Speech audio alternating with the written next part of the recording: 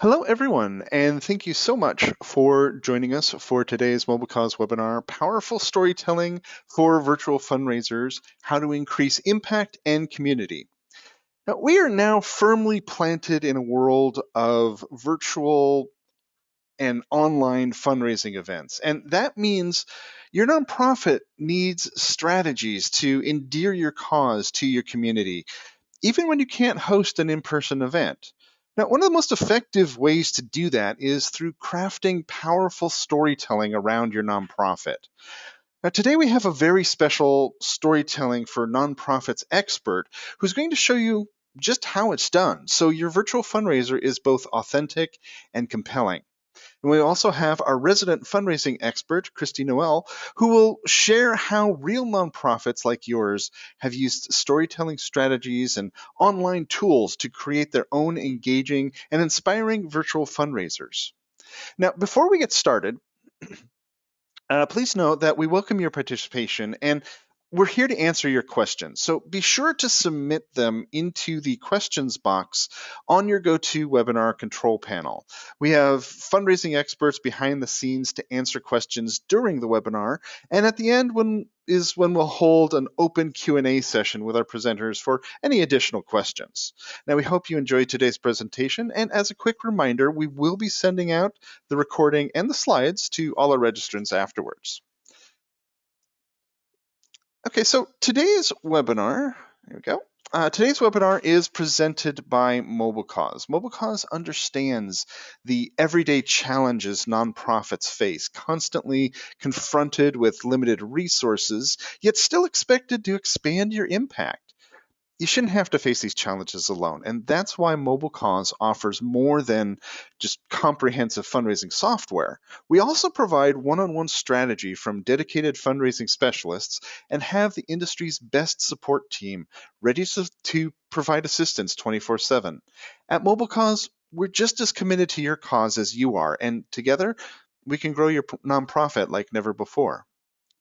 Now, let me introduce you to today's fantastic presenters.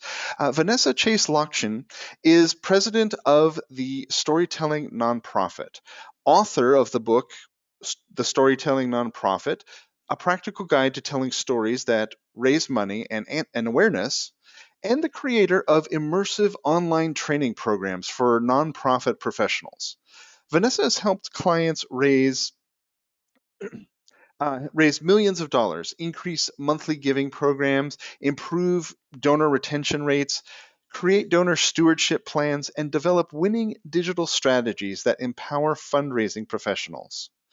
Christy Noel is the Vice President of Digital Marketing Services at MobileCause, where she is responsible for creating, driving, and delivering programs to help MobileCause customers and partners advance their marketing and fundraising objectives. Christy is the former board chair of Girls on the Run of Los Angeles County and marketing director and dog foster for Noah's Bark Dog Rescue. Well, I'm Scott Couchman, the training manager here at MobileCause, and our agenda today is full of expert strategies, insider insights, and useful takeaways for your virtual fundraising planning. First, we'll hear from Vanessa Chase Lockshin on why nonprofits need to pay attention to their storytelling, some guiding principles to help your story shine, and how to apply them to your virtual events and communications. Then we'll hear from Christy on how real-world nonprofits have applied storytelling to their virtual events to produce some really tremendous results. All right, before we begin discussing powerful storytelling for virtual fundraisers, how to increase impact in community, we do have a quick poll question for everyone. So let me go ahead and launch this poll, and sometimes it takes a little bit for it to go through. Let's see.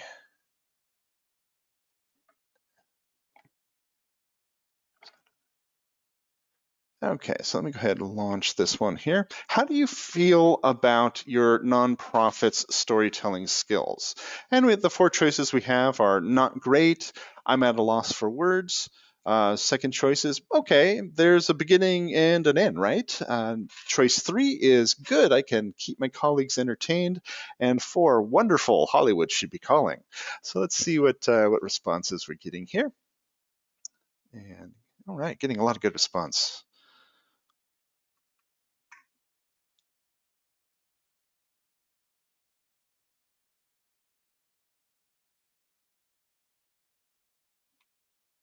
All right, it looks like it's slowing down. I'll give it another couple of seconds if you get your answer in.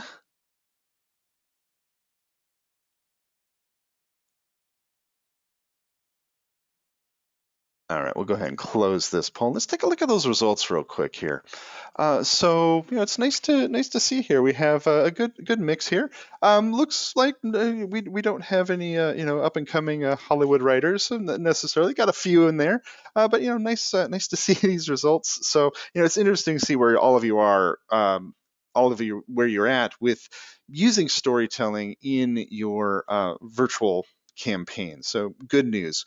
Wherever you are currently with your storytelling skills, our webinar today is going to have some useful strategies and ideas for you to start applying to your fundraising right away. So, let's dive in. So join me in welcoming Vanessa Chase Lockshin to start us off by sharing her insights as the storytelling for nonprofits expert. Let me give control over to you, Vanessa, here. And all right, you should have control. So over to you. All right, thank you so much, Scott. And thanks everyone for being here today. It was great to see your responses to the poll. And I have to say, probably pretty in line with what I see most nonprofits experiencing and sharing about their storytelling work. Most feel kind of, like middle of the road. Sometimes it's going well. Sometimes they're not really sure what's working or what they could be doing to improve it. I have to say, I've been in fundraising and specifically in writing and fundraising for well over 10 years now. And even as somebody who does this professionally day in and day out for clients and even for my own business, I feel like writing and storytelling is constantly an evolving process and something that we're all learning and getting better at as we go. And I think one of the most important things that I can say right off the bat to all of you is that every time you can learn from something that you've just done, the better you will be over time. The more you can keep learning from your stories and what's working and what's not, the more your organization will continue to get better at it. And so just having kind of that learning mindset in this work, I think is such a valuable thing to have, and hopefully something that you can take with you even into other aspects of your work beyond just storytelling. So I want to start by just kind of talking broadly about storytelling. I think of it kind of as a fundraising and communications tool, and I'll just speak to that a little bit more. I always say to people that I don't think that storytelling is a magical fix for any fundraising tactic that you might be using, and maybe you're surprised to hear me say that. I think that it's a very useful tool, but it's only a useful tool insofar as that the rest of your strategy has to be working in order for storytelling to continue to take it to the next level. Let me explain what I mean by that. I think about your campaign or even your event strategy as sort of a cake. Let's just say a cake, so to speak. And each slice of that cake needs to really kind of line up with what you want to be sharing with people. So anytime somebody takes a slice out of that cake, you can think about it as, a point of the donor experience for that event or campaign. And you want that slice of cake to be representative of everything else about that cake. So you don't want one slice to look like a cheesecake, one slice to look like a German chocolate cake, and one slice to, I don't know, maybe be a rainbow sprinkle children's cake. You really want every slice of that cake to be a really good representation of your campaign and your event, no matter which slice somebody has come into that event or campaign at. And so when it comes to storytelling, I think it's really important to ensure that you have a consistent message over time that you're reinforcing with every story that you're telling. I say that because one of the things that I see happen very often with storytelling and events and campaigning is that organizations will think that will not think about the stories themselves as being connected or part of like a larger communications or narrative arc. And so it's really important to think about how you're connecting all these dots for your donors, for your event attendees. And the more you can do that effectively over time throughout the entire event, the better off you will be.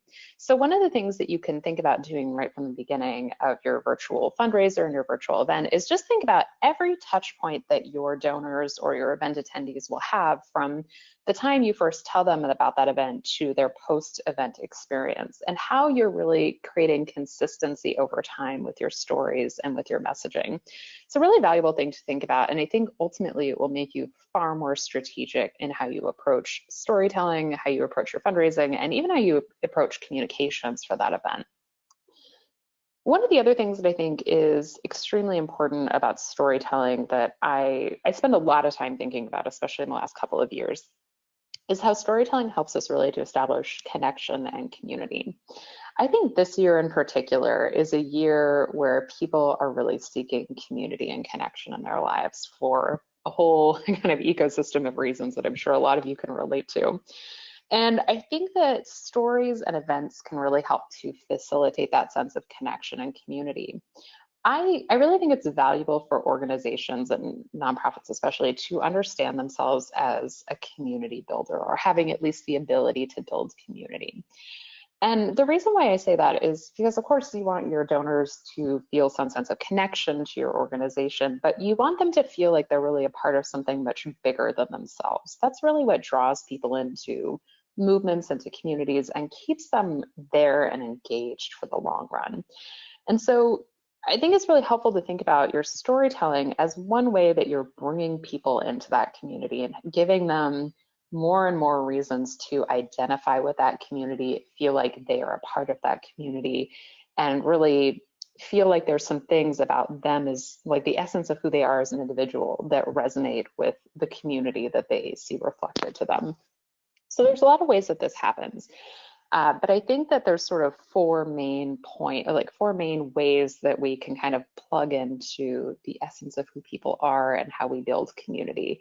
I think it really often comes down to, number one, values, number two, beliefs, number three, principles, and number four, worldviews. So values, beliefs, principles, and worldviews. And, not surprisingly, all of these things also underline people's reasons and motivations in giving as well. You can think about values and beliefs, principles, all these things that might motivate someone to give to your cause. These are also things that can be embedded into your storytelling as well, that helps people feel like, right, these are my people, this is my community. And one of the things that I often underscore to organizations is that, no matter what you choose in terms of how you kind of articulate these kind of points of common ground or commonality that you have with your donors, your other supporters that you may have, members, whatever that might be for your organization, they don't necessarily have to be controversial. They just need to be sort of like putting a flag in the ground, putting a stake in the ground, I should say, about something that matters to your organization. So I think a good example of this offhand that I can think of, I often think of Best Friends Animal Society, which some of you may be familiar with, a very big national brand of a humane society. They're very clear about who they are and who they want to be for their community, for their supporters, what they all have in common, this kind of common belief that no animal should be put to sleep, they should all find their forever homes. That's like just a really kind of basic thing, a basic operating principle for them. And they're very clear about that in their storytelling, in their messaging, and in their communication. And so one of the things that you can kind of do is, I almost think is like kind of just like take this step back and take a big picture view, like a 10,000 foot view of your organization, and just think about like, what are your kind of like non-negotiables as an organization in terms of your values, your beliefs, stands that you may have, worldviews that you have, that you think people agree with, that really are kind of the foundation of this community and connection that you have with your donors and other supporters. And really be clear about those things and bring them into your event communication, because the more that you can reinforce those through the stories you tell, the better off you'll be at forming these connections with people and bringing them into the fold of your organization. One storytelling model in particular that I look to for this quite often is what's called the community organizing model by Marshall Gantz. It's used more in politics, but there's three stories that they use as sort of this trifecta of building community and organizing people, which is the story of us, so the story of the collective group or the movement or the organization, the story of now, which is the story about why something matters and why there's some sense of urgency to it, And the other one is a story of you. And so this is about the individual and sort of their connection to this and sort of making it more personal and bringing it from kind of like the abstract high level to one person, one story. And I think that that kind of three model of stories is really useful because it really helps you build a case for support and build in, you know, that articulation of the values and beliefs that your organization is kind of built around, and helps you kind of really also position that kind of sense of urgency as to why you need donations now, why you are looking to your community for support. So if you're interested in diving into that more, it's the community organizing model by Marshall Gantz. He's a professor out of Harvard. And I think it's a very wonderful, very useful model around storytelling. But I'll share with you a little bit more about how I approach storytelling that might be helpful for you as you think about your virtual events. So this is a story structure that I teach clients and students that I work with, a 5-part structure where we talk about connection, character, conflict, resolution, and call to action. And I'll just speak to these 5 pieces here just sort of briefly, and we'll talk a little bit more about some examples. But I think that to really make a fundraising story highly effective and to really, you know, of course, build your case for support and drive people to action, I think these 5 elements are really critical. The one that I see organizations often do very well at is talking about the character and connections components. We'll start with those. So connection is all about what are you doing to establish connection with the audience that you're speaking to at your virtual event or in communications for your event, whatever that might be. You can build connection in so many ways. You know, as we talked about, it could be values and beliefs, you know, it could be an emotional connection. It also could just be about kind of piquing curiosity, drawing people in, but there has to be some point where you're just getting people into the story, into the problem very quickly, so that they can, of course, engage with it a little bit more, and hopefully you can, you know, retain their attention over time through that story. I feel like a lot of organizations are reasonably good at the connection piece. They understand what it is people might care about, and they're able to get people into that pretty quickly. The character piece is also one that's a pretty obvious piece of the story, right? It needs to be about someone or something. And I say something because your stories don't always have to be about a person. They might be about something that you helped, a problem that you've solved. There's, I think, a lot of abstract, broader ways of understanding what character is. And I put character kind of in air quotes if you want to think about it that way. But you need to be able to introduce your audience to a character. So who is the story about? What are we talking about? What's going on here? And kind of give them some context. We're building up this context as we go into talking about the conflict, which is, of course, the problem that this character has. I think conflict is a really essential part of a fundraising story in particular. This is the problem. This is, you know, what it is your organization is here to solve. And so being able to be really crystal clear about what the problem is, why it matters, and why your organization is, you know, the best organization to solve this problem, and why people should continue to help you solve this problem, are really important arguments and points to make in a story. I see a lot of organizations in stories be really good at talking about the character and sort of like profiling someone, but never really getting into the problem that this person or project or thing may have had. And that's a huge disservice to you in your fundraising work, because if you're unable to really get into the heart of the conflict, you're less likely to be able to show donors what the problem is through that story, which is a whole point of storytelling, is being able to really show people the issues at hand. Once we've kind of built up some conflict, of course, we want to talk about resolution, which is where you can really showcase your organization, its strengths, its ability to resolve this issue. This is all about your mission and vision and action. A lot of you are probably very good at talking about this already. I think this is something that we're often very good at in communication. We're able to talk about what we do. This is where we can kind of braid it into the story and help people really understand, you know, the role that your organization plays. And of course, a call to action. I would say no fundraising story is complete without a call to action, giving people something to do next. Of course, in a fundraising context, we're talking about making a donation, and really being explicit that that's what we want people to do. I think the thing that I have often seen organizations and even students of mine kind of assume is that if they have told a compelling enough story, their audience is just going to know what to do next. And I'm here to tell you that is not the case. You have to be as crystal clear as possible with people about what you want them to do after they've read that story, after they've been to your event, after they've seen that piece of communication. Really think through, what is it you're trying to move them to next? Is it about signing up for your event? Is it about showing up to your event? Making a donation now that they're at your event?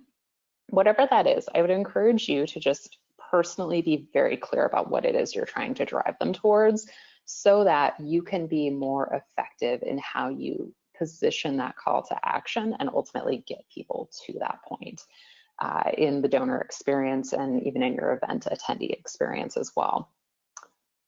So we just talked briefly about those kind of 5 elements of the story structure. I would be really curious to hear what part of the story structure you feel like needs work at your organization, and maybe I'll be able to speak to one of these a little bit more here. So I think Scott is going to put up a poll for all of you. Let's give everyone a few seconds here to respond, and then we'll take a look at the results.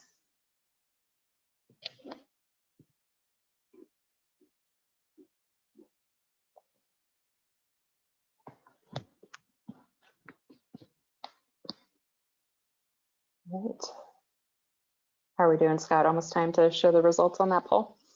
Yeah, let's, looks like we're slowing down, so I'll go ahead and close it off here, and let's take a look at those results for you. Great. All right, terrific.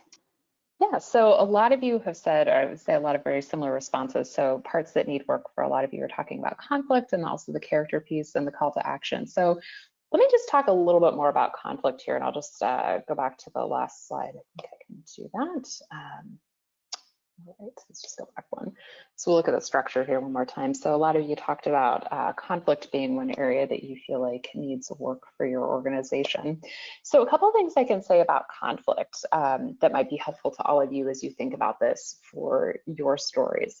So in a virtual event, obviously you have speakers who are probably there giving some sort of speech, telling some sort of story. The best thing you can do in working with your event speakers is really work hard on preparing them, of course. So, in the virtual context, that might mean getting on a couple of video calls as you prepare them and being there to kind of walk through their talk, have them do some dry runs of that. What I would encourage you to listen for as you listen to their speech, kind of review their talking points, whatever that might be, is really think about how much airtime are they giving to talking about the problem at hand.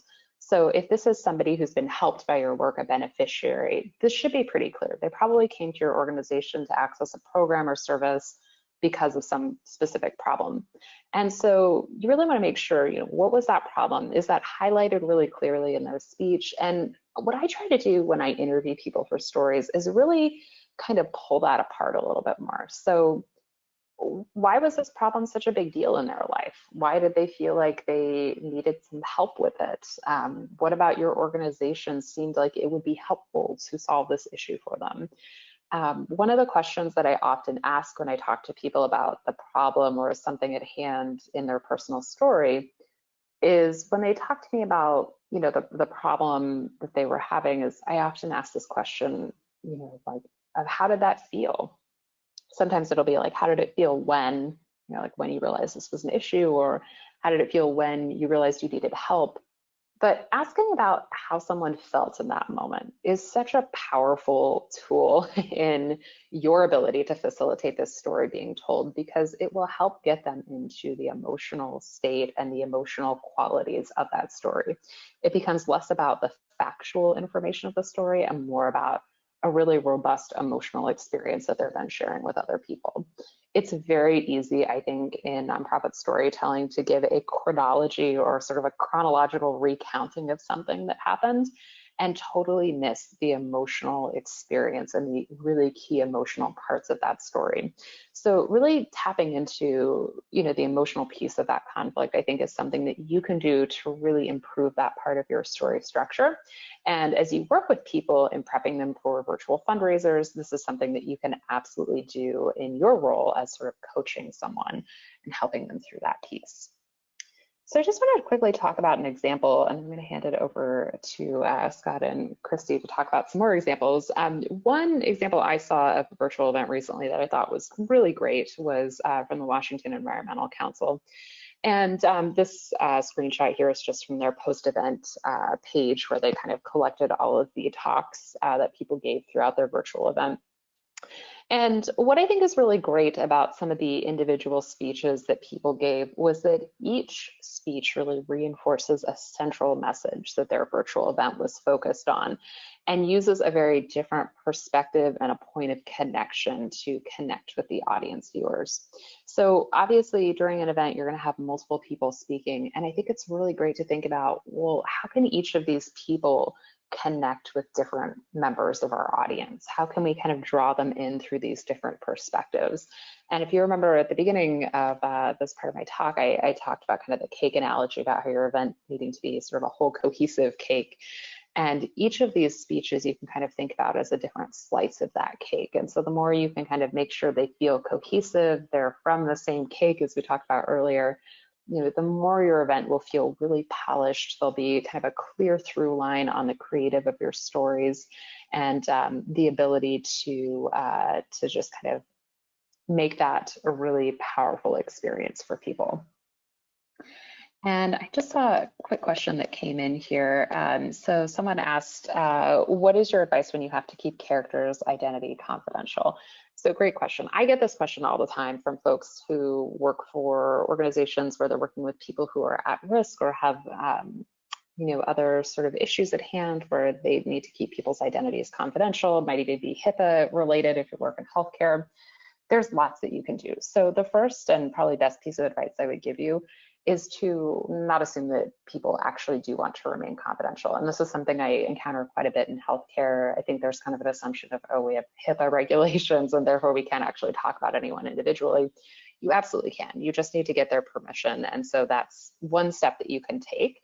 I worked for many years with a rape crisis center, and this is an issue we encountered all the time. We would regularly talk to people who wanted to share their stories, and one of the things that we really worked with their clients was really thinking about the implications of sharing their story publicly and making sure that someone had really thought through it and understood what that meant and how we could best support them through that process if in fact it was something that they wanted to go through with. If you find that you are really encountering a lot of stories where you really do need to change people's identity, that is completely fine. There's lots of times where that is the most appropriate thing to do. The best thing you can do is really focus on changing any details of the story that may be highly identifiable. And of course, that's a name. So a name change is not a big deal. You can just change the name in the story, but also just looking, you know, more within the story itself and just think about, you know, are there any pieces of this that might be like really obviously identifiable to somebody reading this? Can we just make some subtle changes?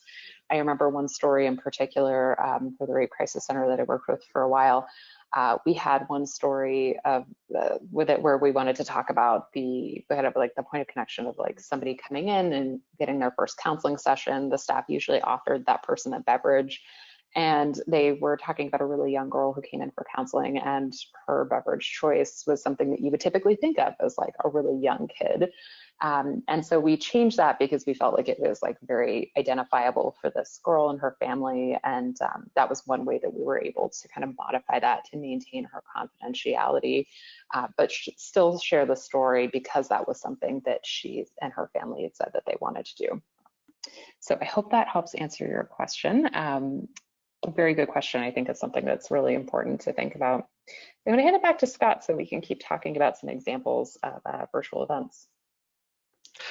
All right, thanks, Vanessa, for your insider look at what makes for compelling storytelling, how nonprofits can apply it to their virtual fundraising event efforts. Now, as a quick reminder, folks, if you have any questions, you can submit them into the questions box on your control panel as we go along.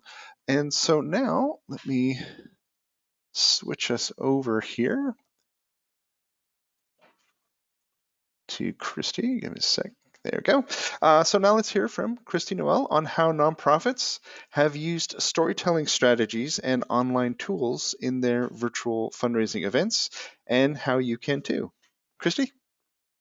Great, thanks, Scott. And hello, everyone. Thank you, Vanessa, for laying out the groundwork for a great story. And I'm going to share some ways that some of nonprofits have incorporated the storytelling into their virtual campaigns, their virtual events, and hopefully will spark some ideas for how to incorporate all of that information that Vanessa shared with you into your own.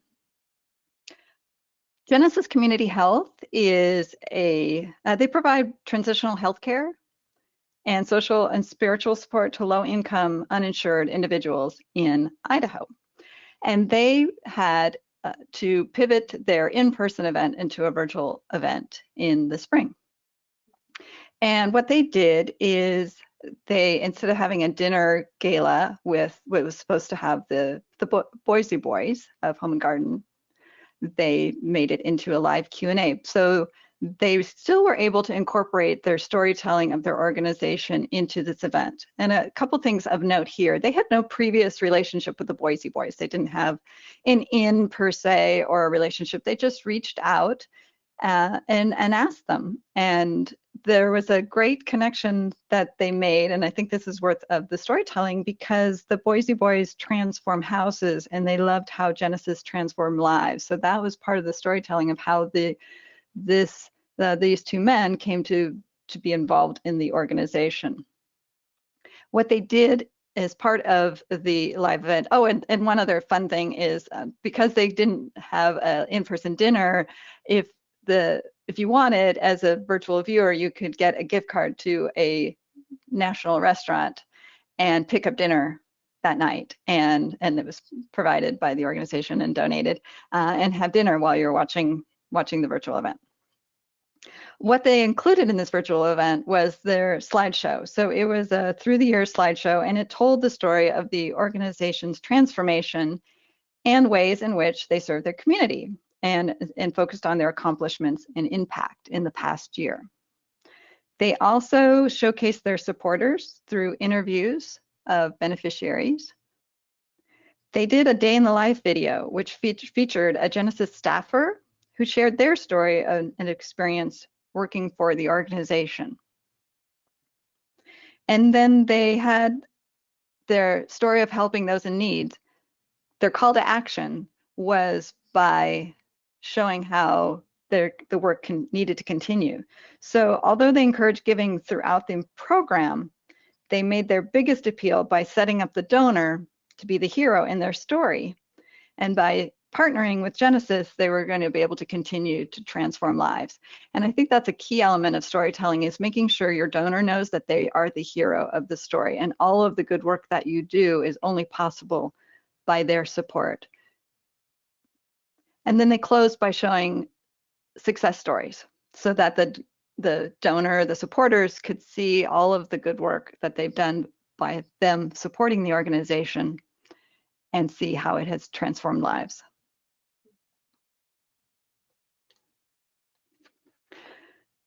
Berkeley Repertoire Theater is a theater group, and they had their annual event was virtual as well. And so what they did is, first of all, they started with an event page, and they used an event page so that they could share information about the organization, why they were fundraising, all the details on the event. They also had cocktail recipes for people to enjoy during the show. And so they made it a very inviting, engaging element of their presentation of their story. So it started at the event page. Then it moved into the actual presentation, which included welcome videos.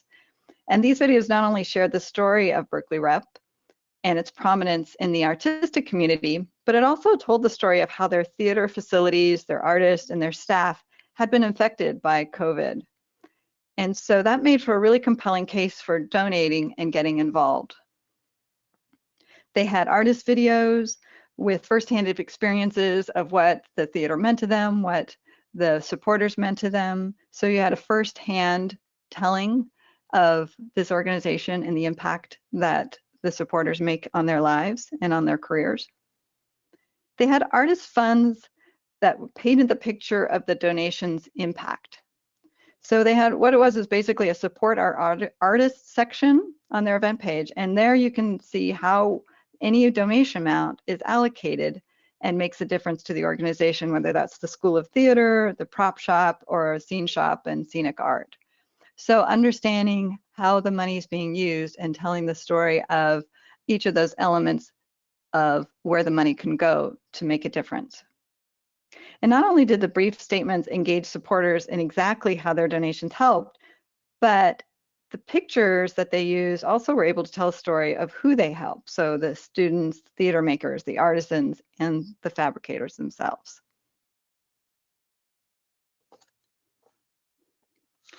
Mill Village Farms is a community farm.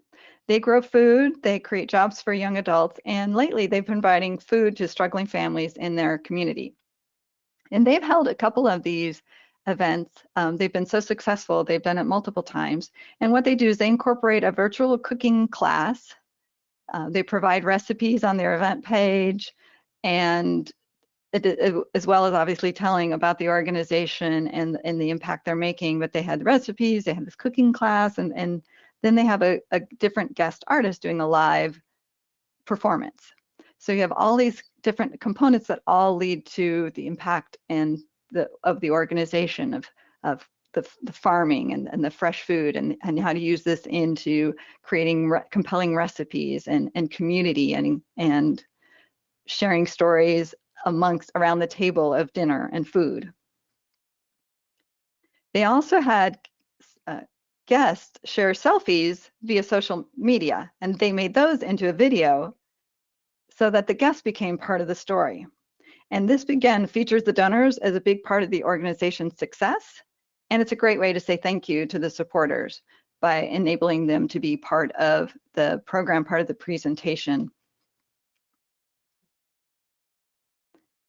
And it also helps raise awareness of the hashtag culinary concert. So that was part of their social media strategy as well as their storytelling.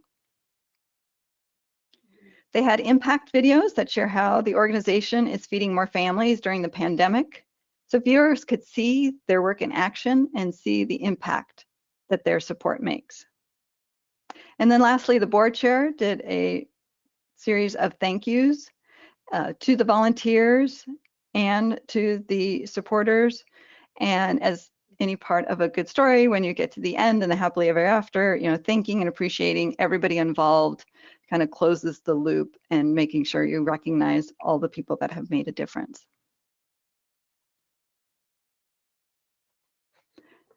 Stepping Stones is an organization that educates and engages their community to prevent domestic, commercial, sexual exploitation and provides care to survivors. And so what they did was a really clever way to incorporate their story, which is obviously a very serious one, is they'd created an original theater performance that was based on real life experiences of homelessness. And the story of homelessness became a part of this theater performance as when incorporated into the play. And the performance starred both professional actors and program residents. So this was another way for them to share their story of their outcome by seeing the survivors being a part of this play and sharing in the event. Interspersed with the theater performance, they talked about the organization, they shared their mission, why it was so important to continue their work and to fundraise, and what the call to actions were, how the money was being impacted, and then they would jump in at various times to give an update on the amount of money raised and what they still needed to achieve their goals and objectives.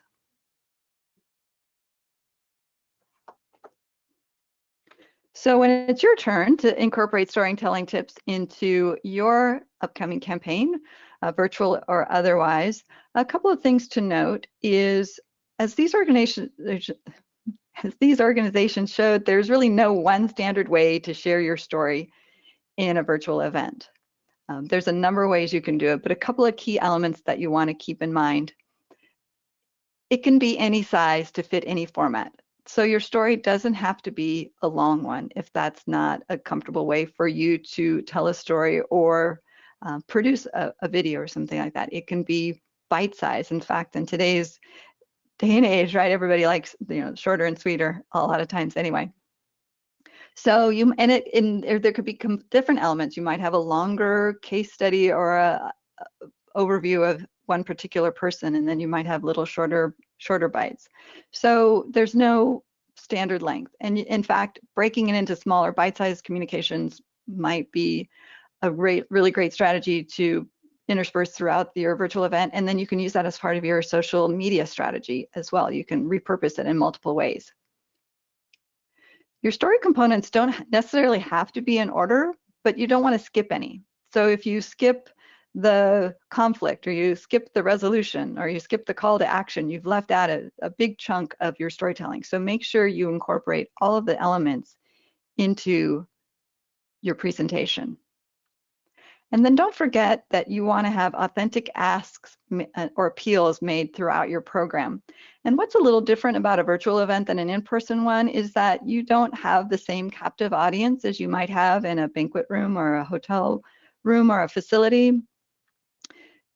They can join at any time during the program and leave. So you want to have multiple appeals. They might be a little shorter, but you want to have the multiple so you catch them. You don't want to build to this big appeal at the end when you don't know that everybody is actually still watching, or they may have come in after that fact or something. So multiple appeals throughout the program is a really strong strategy. Event pages, I showed you there were several organizations that really focused on their event page as a starting point of telling their story. And this is a really strong strategy because this is where you're going to capture a lot of, you might have captured their registration so you know that they're coming so that you can continue to communicate to them. It's also a really great strategy so that if you recognize that a couple of board members or major donors have not indicated that they're going to be participating in your virtual event, then you can reach out to them. So you can make it a paid registration, or it could be free, but it's a really important strategy, I feel.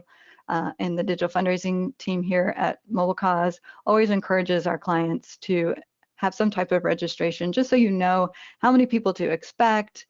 You can send them updates of what's going to be happening, countdown clocks of how long until the event, things like that. But I got a little off track.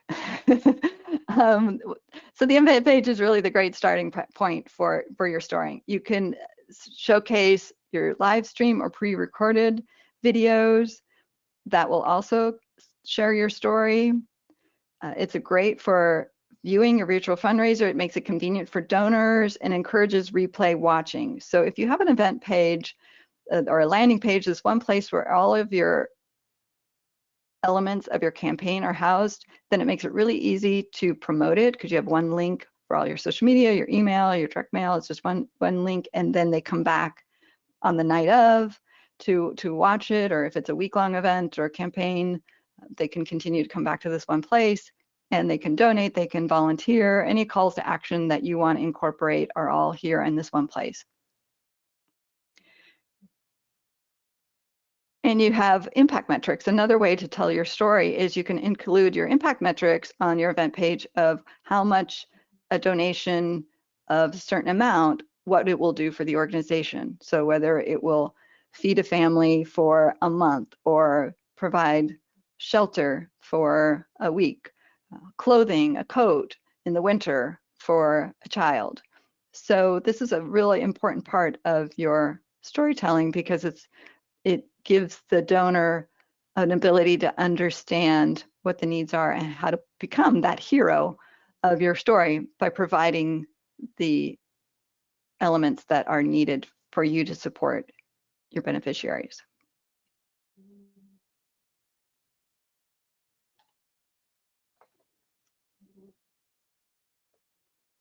Oh, and one thing I forgot about the event page is that it supports all of the calls to actions, whether that's donating, whether that's volunteering, whether that's becoming involved directly in the organization, whether it's becoming a peer-to-peer fundraiser. And as Vanessa mentioned, your call to action is really a part of your organization's story of how you achieve your mission. So on the event page, you can simultaneously support giving, volunteering, sharing your cause, and more social sharing, etc., to help build awareness and through those call to actions. So video and live stream are great elements to tell your story. Some people are more comfortable with one or the other. We have organizations that do live streaming, and that's great because it feels in the moment and it creates a personal connection. You can give updates on fundraising. But we also have plenty of organizations that prefer to do videos where they can show behind the scenes, they can show a day in the life, they can show their program in action, they can have it pre-produced, they can have multiple speakers or presenters that they record at various different times and locations and put them together in one video. So again, it's really up to you and what element you would like to incorporate into. I will say that you can do live streaming easily and inexpensively, and you can do video production easily and inexpensively. When I talk about these things as part of incorporating into part of your storytelling, it does not need to be a very expensive video production where you're thinking of tens of thousands of dollars to hire a company.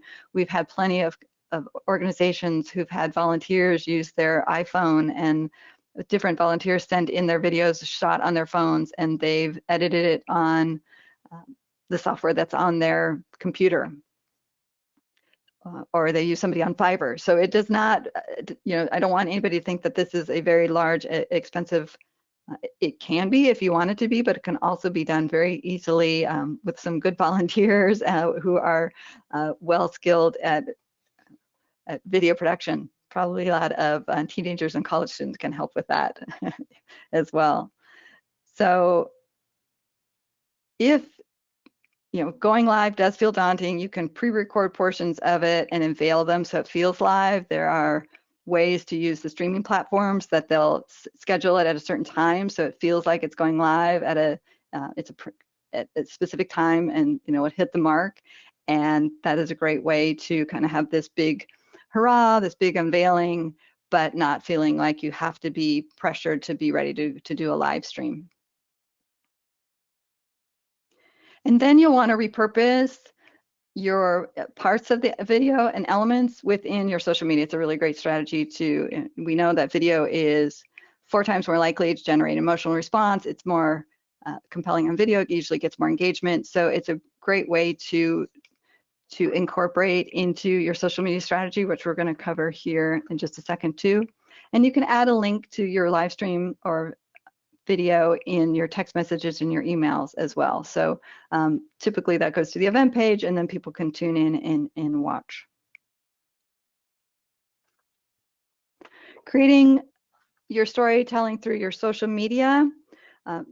We know that this is super important and effective.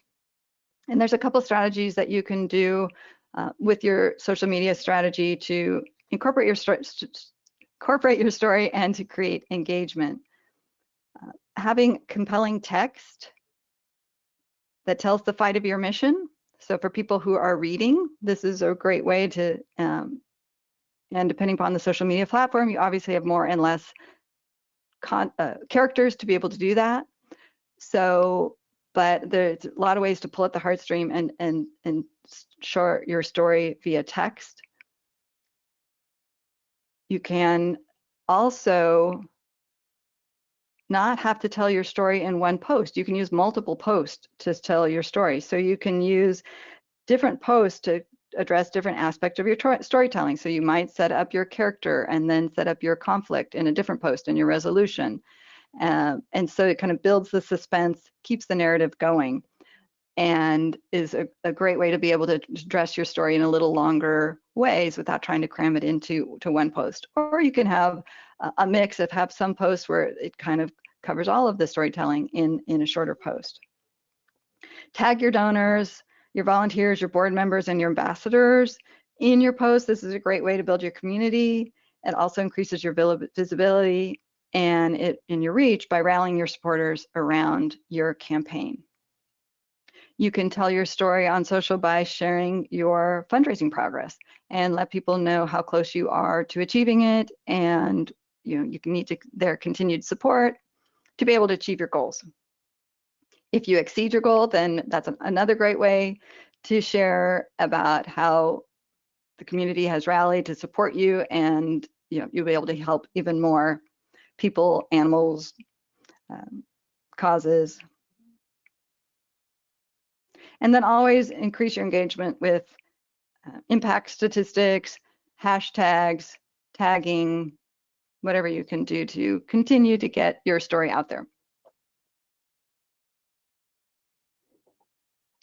And then text messaging. A lot of people don't think of texting as being a strong storytelling channel because of the limited characters, but in fact, it really is. A couple of reasons why. One is it's a very personal communication tool that gets your story seen and heard, because our phones are basically on us. We check it anywhere from 50 to 100 times a day, depending upon the studies that you reach. And so, and if texts are almost all read, and they're read very quickly. So text messages become a great tool because they are in the moment, then they're time sensitive. So we have organizations that share text messages that are, if they're in child trafficking, they do updates of when they're about to rescue children, or we've seen animal rescue groups talk about how they are, in the middle of the jungle preventing poaching. They don't need a lot of text characters to tell these really compelling stories, and you feel like you're there with them in the moment, about ready to save these children, or make a difference for a wild animal, or whatever your case is. So there's a really cool element that having it right on your phone at that time happening that really draws you into the story. You can also provide links to websites, to videos, to a blog for more information. So if you can't get your whole story into a text with the limitations and characters, then you can always set the stage for whatever the most compelling part of it is, and then send them to your event page, a video to see the story fleshed out a little bit further.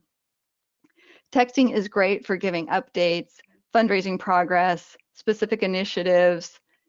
Texting doesn't always have to be about ask. In fact, we don't recommend you always have an ask or an appeal in a text. And if the first time that you text, it's for an appeal, then that's not going to be a very compelling use of text messaging. It's really to build the story, to build the communication, to build the community. And then at some point you can ask for a gift. But it's really a strong communication tool to be able to continue to talk about your organization and the work you're doing. You can show how gifts are being used on text. And then one of the more recent ways that we're seeing our customers use text messaging, and it's really effective and powerful, is that you can remind your donors that your virtual event or your campaign is about to begin, and you include a link. So an hour from now, don't forget to tune in and watch us in action. 15 minutes, we're about to start, here's the link. So it reminds everybody of what you're doing, and it provides an easy way for them to be sure that they're involved. So hopefully these helped to kind of set the stage for you to put your storytelling principles into action through your virtual event, your next campaign, and all the tools that you have available to you. And with that, Scott, I'm going to send it back to you.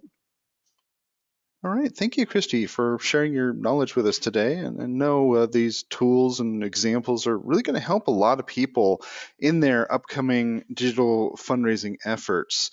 So thank you again to both Vanessa and to Christy for sharing your insights and expertise with everyone here today.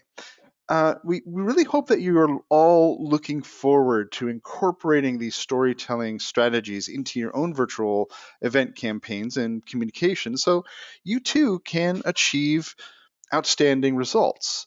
Now, before we go ahead and jump into our Q&A, and make sure you stick around for that. We've got some great questions already in the line. But if you have questions, feel free to put them in the chat as we're going through. We'll go through those. But before we do that, we want another quick poll question for you. Are you interested in learning more? So let me go ahead and get this launched here. and takes a couple seconds for it to go. But the question is, are you interested in learning more? Would you like more information on MobileCause software? Would you like one-on-one consultation with MobileCause? Or would you want to learn more about the storytelling nonprofit? So let's see those coming in.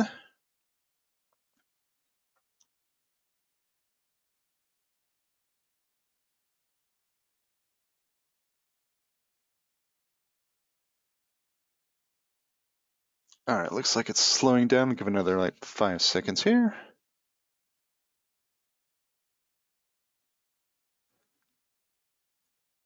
All right, let's go ahead and close that poll. And yeah, let's get into our questions and answers.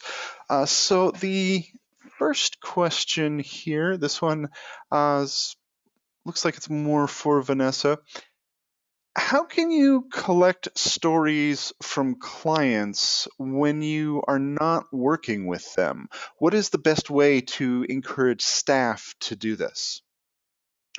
Yeah, great question, and one that I think a lot of you can probably relate to since you may not be doing frontline work. The best thing you can do is set up an internal system for regularly soliciting and collecting stories, working with colleagues in other departments or other teams. So you may do this, by sending out like a regular email request for stories, just to remind people that it's something you're looking for. Maybe you set up a form to kind of get some preliminary ideas for stories from staff, volunteers.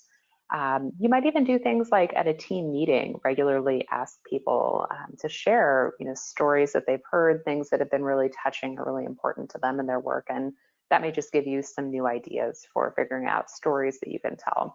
But the best thing you can do is be consistent in asking and bringing it up, and just having your own internal system that will work for you and for your colleagues. All right, great. All right, so the next question comes from Carmen. Christy, I think you talked about this a bit here, but I just wanted to focus in on it here. How long should a video be? Like, for example, like for Facebook or Instagram, as well as like for virtual galas. Is there a specific length? That's a trick question. For virtual gala, I have seen as short as 30 minutes and probably as long as multiple hours. I think the sweet spot is probably 30 minutes to an hour, maybe 90 minutes. So it's really understanding your supporters and what their interest level will be, and what the content is. If you have really great content that's going to keep them engaged and glued to the screen, then you can obviously go a little longer. If you're trying to make 30 minutes of content work for 60 minutes, then you're better off just keeping it shorter and sweeter so that people are engaged. That's what you want to do, is keep the eyeballs on the screen and keep them involved so that they give and participate. As far as Facebook and Instagram, I would say you don't want to make too long, because those mediums just typically don't capture people. So I'd say up to maybe 5 minutes. You want to be at least a minute, and if you can, the algorithms are going to look for people who watch for 3 seconds and 10 seconds and 30 seconds so that you can retarget them. So you want to be long enough that they're going to be able to capture them as a viewer. But it really depends on, and obviously have a nice snappy open so that people will start watching from the beginning, and use captioning, closed captioning. Most people are watching on social media without the sound on. So that's a really great way to keep them watching, is to make sure that there is some type of captioning so that they can understand the story even if they're not hearing it. All right, great. All right, so this next question here is for Vanessa, and this comes from Sharon. How do you address conflict while trying to keep the message positive and strength focused? It's a great question, Sharon. And I think that a lot of times I see organizations kind of fall into this trap of assuming that their stories and their appeals really have to have this sort of like negative, sad lens to them to really compel people. And I don't think that's true. But one of the things I can say, even if you do feel like what you're talking about is maybe a tougher subject, maybe it feels a little sad or more on the negative side, the best thing that you can do, and the thing that I think is really essential, is to have transition points in your story and in your appeal to move that story from one emotion to the next, to get people to think about the conflict, but then to think about like the optimism and kind of more forward-looking aspects that might feel more positive. So I actually want to read you just a snippet from an email from a campaign that I recently worked on. It was a week-long virtual event campaign with one of my clients. Email in this campaign was responsible for $193,000 over 5 days. So it was a highly effective part of their virtual event strategy. But I think this will give you a really clear idea of what I mean by the transition sentences and kind of transition points. So the email reads, Variety BC is often a last resort for families who are trying to get their special needs kids the resources and support they need. And these days, the need is overwhelming. For the first time in Variety BC's 54-year history, we've been overwhelmed with requests for support and simply cannot keep up with the demand. The COVID-19 health crisis has made it harder for families with special needs kids to access support systems they rely on, so they're now turning to us for help. It breaks my heart that we've had to say no to special needs kids and their families asking for our help, because I know the support we provide for them is life-changing. But this week, we have an incredible opportunity to turn things around. Your donation will allow us to say yes to one more special needs child looking to us for help. So that ask really has that kind of transition point. That sentence that reads, this week we have an incredible opportunity to turn things around, is a turning point in the emotional part of that story. And further down in that email, they get into a specific example of one child. But I hope that Sharon gives you a really clear idea of what it can look like to bring in some transition sentences, whether it's into email or into speeches or other aspects of the communication for your virtual event. All right, great. Thank you so much. Okay, so looks like we've got one more question here for Christy. Is there a good way to ask people for their cell phone numbers without being intrusive? Yeah, totally understand why that question would come in. And I'd like to say that the telephone communication laws enable you to text your supporters without them giving them direct access to your phone number. The fact that they're already a donor provides that the opt-in, if you will. So if they've given you a phone number, MobileCause will be able to tell you if it's a landline or a cell phone number. So that is right there. You'll already know you have a set of phone numbers to use. And then on your registration page or donation page, if anybody uses their mobile number or you capture that, then that you've already captured it and can use that to communicate. So you can certainly have newsletter signups or a place on your website, but just in there interacting with you and providing filling out a registration form, a volunteer form, or a donation form, you can capture it there and use that to communicate with them. All right, great, thank you. So, all right, so we've come to the conclusion of our Q&A. So before we leave, if you are interested in discovering how MobileCause can help maximize your fundraising efforts so you can raise more with less time and effort, or if you'd like to schedule a personalized one-on-one demo to see how MobileCause can help grow your nonprofit, please fill out our post-webinar survey. Thank you again for attending today, and best of luck in all of your fundraising efforts. We look forward to seeing you again at next month's live webinar. Stay safe, stay healthy, and have a wonderful day, everyone.